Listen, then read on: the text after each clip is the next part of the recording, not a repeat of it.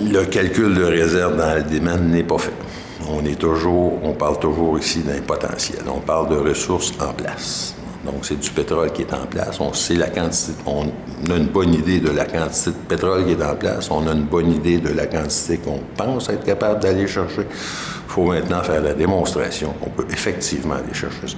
Alors, on va aller chercher les données précises pour être capable d'établir ce niveau de réserve-là avec un degré d'assurance relativement élevé de l'ordre de 90 %. C'est ce que ça prend pour pouvoir déclarer que le potentiel qu'on avait identifié passe maintenant à l'étape de réserve.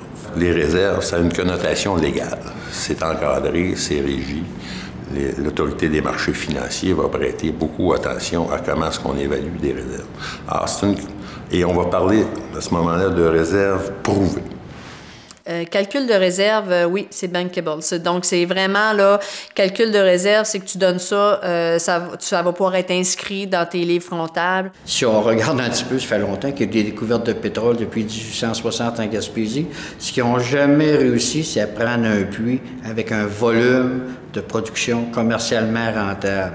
Il y a un minimum, là. Si vous ne produisez pas 50 barils par jour, initialement dans votre puits puits va baisser jusqu'à 10 barils comme on produit actuellement, votre puits ne sera pas rentable. Vous ne serez pas capable de rembourser le coût initial de votre puits.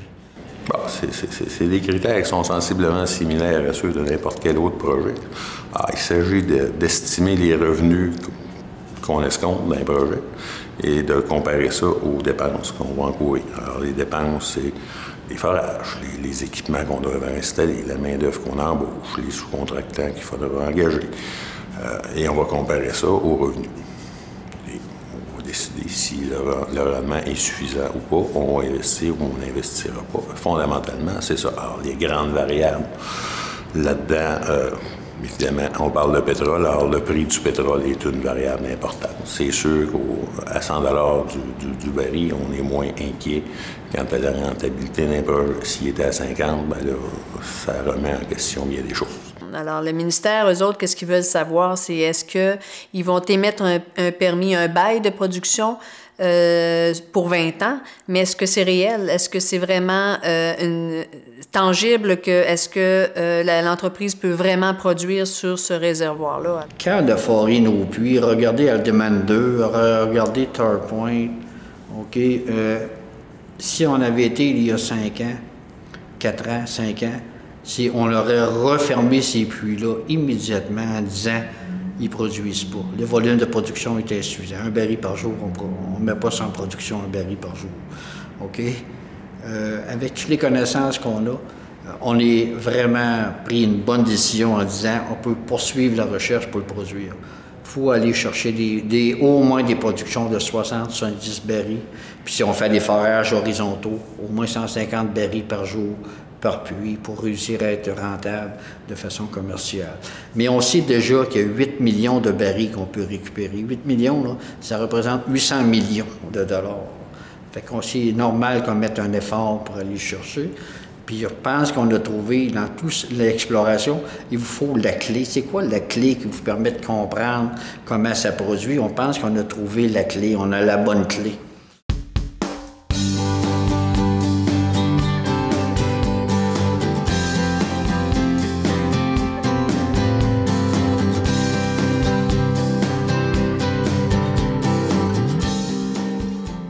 Ça prend d'abord le permis d'exploration. C'est la première chose. Le permis d'exploration donne le droit exclusif à une entreprise, à un individu de rechercher du pétrole ou du gaz naturel. On a donc l'exclusivité sur un territoire donné de rechercher ça. Une fois qu'on aura trouvé, qu'on est capable de calculer des réserves, là, il faudra produire une demande de bail. C'est-à-dire, il faudra produire au ministre une évaluation du gisement, la nature du produit qu'on y retrouve, quelles sont les caractéristiques du réservoir, comment est-ce qu'on entend développer ce réservoir-là, sur quelle période d'année, avec combien de forages. Alors, il faudra présenter tout ça au ministre des Ressources naturelles, accompagné d'une étude économique qui fait la démonstration que tout ça est rentable. Et auquel cas, on conclura avec le ministre un bail d'exploitation qui a une durée de 20 ans. C'est que dans le bail d'exploitation, il y a énormément d'informations qui doivent être fournies au gouvernement parce que Quand on va au bail d'exploitation, c'est qu'on a une confiance qu'on est capable de produire le gisement de façon économique. Donc, on doit prouver au gouvernement quelles sont la superficie du terrain de réservoirs qu'on espère produire, comment on va le faire. Donc, il y a de l'information technique qui doit rentrer dans ce domaine-là. On se doit de dire quelle zone productrice, quelle est la zone, l'épaisseur de cette zone-là, de quelle façon on va extraire le pétrole, à quelle vitesse on va l'extraire. Et quelles sont les pressions de la formation? Alors, est-ce qu'on utilise un forage vertical? Est-ce qu'on utilise un forage horizontal? Un bail de production, à la base, ça couvre un territoire. Là, dans la loi, on prévoit 250 hectares. Un hectare, il y a 100 hectares par kilomètre carré. Alors, ça couvre généralement un territoire. Grosso modo, on cherche à viser, là, après, si le bail va découper, dans le fond, la structure qui est à exploiter. Donc, là où on a évalué qu'on pouvait soutirer le pétrole. Alors, le bail va couvrir la surface de cette structure exploitée-là. Alors, il est plus ou moins grand, ça dépendra de l'importance de la structure, de l'importance du gisement. Alors, ça peut varier d'un gisement à l'autre en fonction de la taille du gisement. Le gouvernement ne nous émettra jamais de bail pour une grande surface quand on n'a même pas les informations pour dire de quelle façon on va aller le produire, ce pétrole-là. Alors, ça vient au fur et à mesure qu'on a l'information, on ajuste. Et peu importe où on trouvera un gisement exploitable, ça prendra à chaque fois un nouveau bail de production qui est toujours négocié avec le gouvernement à ce moment-là.